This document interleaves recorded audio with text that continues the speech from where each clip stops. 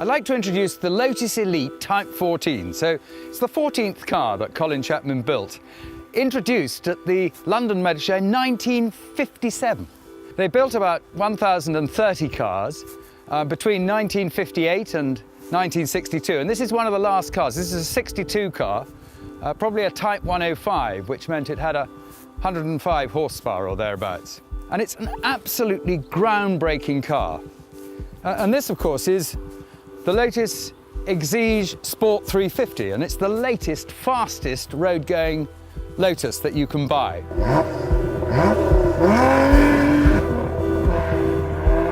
And what both these cars do is absolutely encapsulate Colin Chapman's philosophy.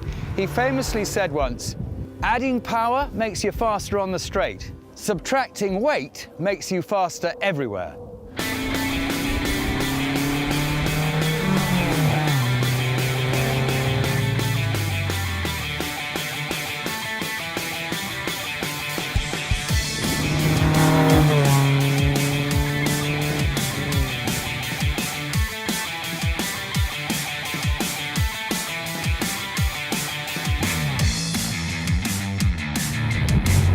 This little car won its class at Le Mans no less than 6 times, and the index of efficiency twice. Perhaps the best result was when Peter Lumsden and Peter Riley averaged 94 miles an hour for the 24 hours in 1959, and probably used very little fuel in the process.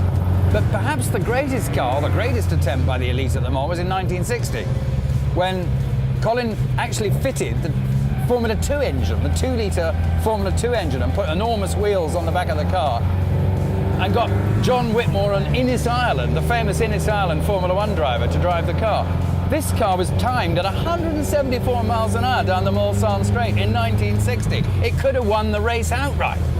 But sadly, one of the little cars in the index of 1216cc cars was being driven by the guy who was bankrolling the whole project, Jonathan Seif of Marks and Spencer's. He had a crash in practice. It was such a bad crash, he was hospitalised. Innes Ireland, being the character he was, saw the crash, saw the accident and went, I'm not driving that.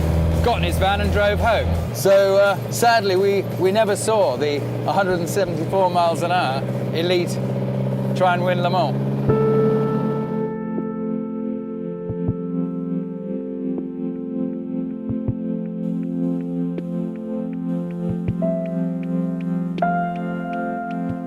One of the really clever things about this car is it's not just immensely stiff, but it's also got lots of space in it, because there's no chassis.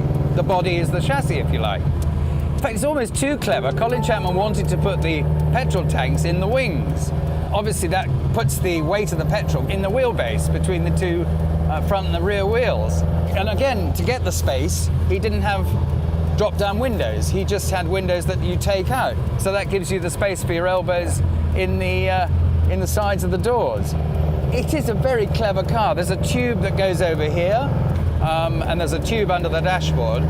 But otherwise, it's just those 3 bits of glass-reinforced plastic that really make the construction and the strength of the car.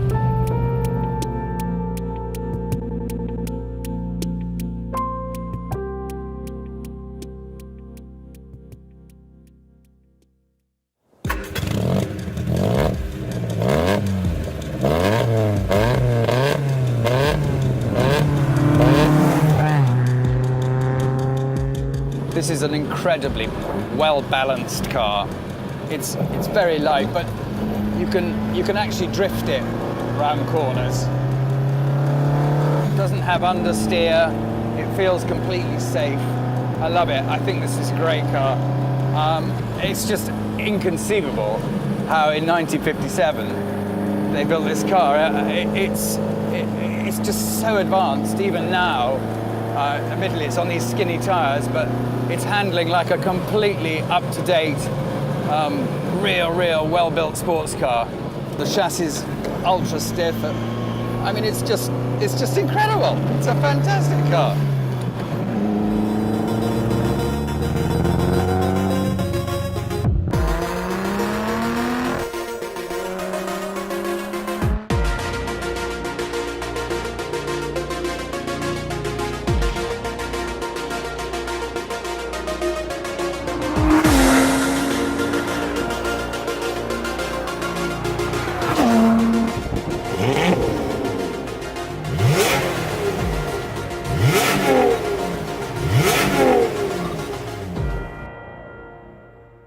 Lotus Exige 350 is the fastest Lotus you can buy and drive on the road. Designed by Russell Carr, who also did the Evora and the Series 2 Elise. It's got some lovely elegant touches, like these air intakes that ram air into the supercharger, and the other side gives some cooling to the engine. But this latest Exige is the perfect example of Colin Chapman's philosophy: simplify and add lightness. Because what they've done is they've taken the car and they've pulled it apart and they've put it in what they call the lightweight laboratory.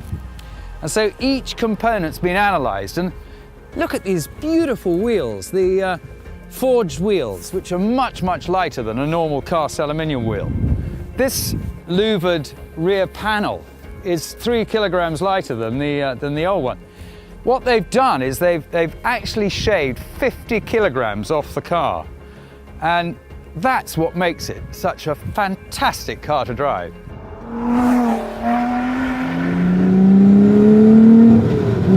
This is the same philosophy and the same principle as the Elite.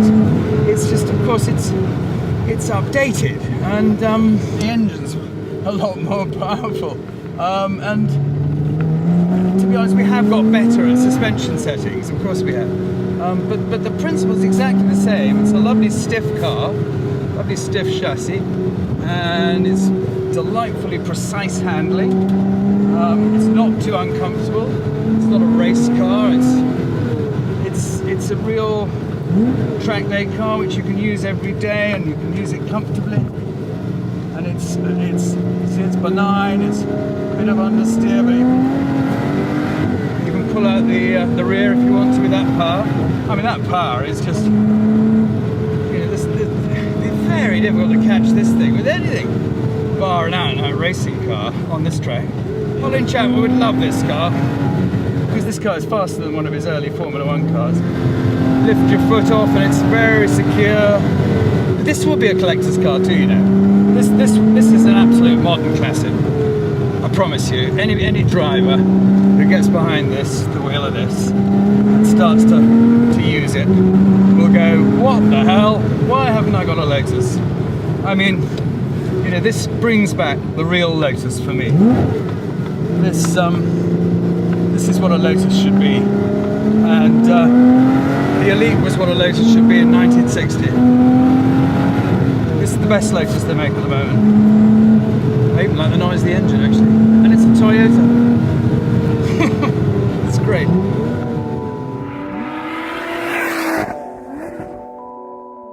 These are two real drivers' cars. Why do I say that? Well, they're ultra light. I mean, this weighs just over 500 kilos. This weighs just over 1,000 kilos. So they are the lightest cars of their type in their class. And that makes them incredible to drive, really beautiful. But I think this is the more groundbreaking car. This is the more groundbreaking car because it's the world's first monocoque. It's the first car built like an aeroplane where the stress structure is the body of the car. And for me, this car has not really been bettered or improved upon. I want to see a future version of this car.